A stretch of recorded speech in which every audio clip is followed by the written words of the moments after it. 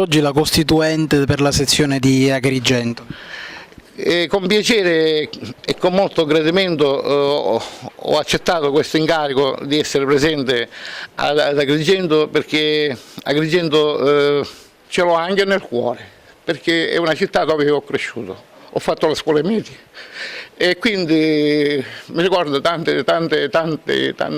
ricordi, e poi ho trovato tanti cari amici e quindi con orgoglio ho avuto il piacere quest'oggi che questa sezione ad Agrigento si è fatta per continuare il merito che il signor Presidente della Repubblica ha voluto concedere a tutti noi, quindi seguirlo e proiettarlo nel sociale,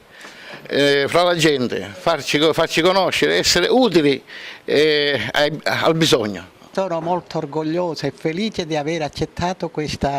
di entrare in questo gruppo, che siamo molto affiatati con tutti amici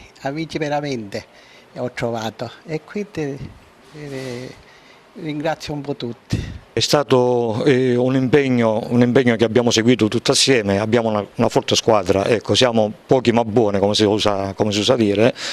tutta gente molto motivata, e oggi è un punto di partenza per poter arrivare a traguardi più ampi. Io sono stato incaricato di essere il presidente, sono il primo presidente, è una carica che ho accettato con qualche perplessità, nel senso che è molto impegnativa, però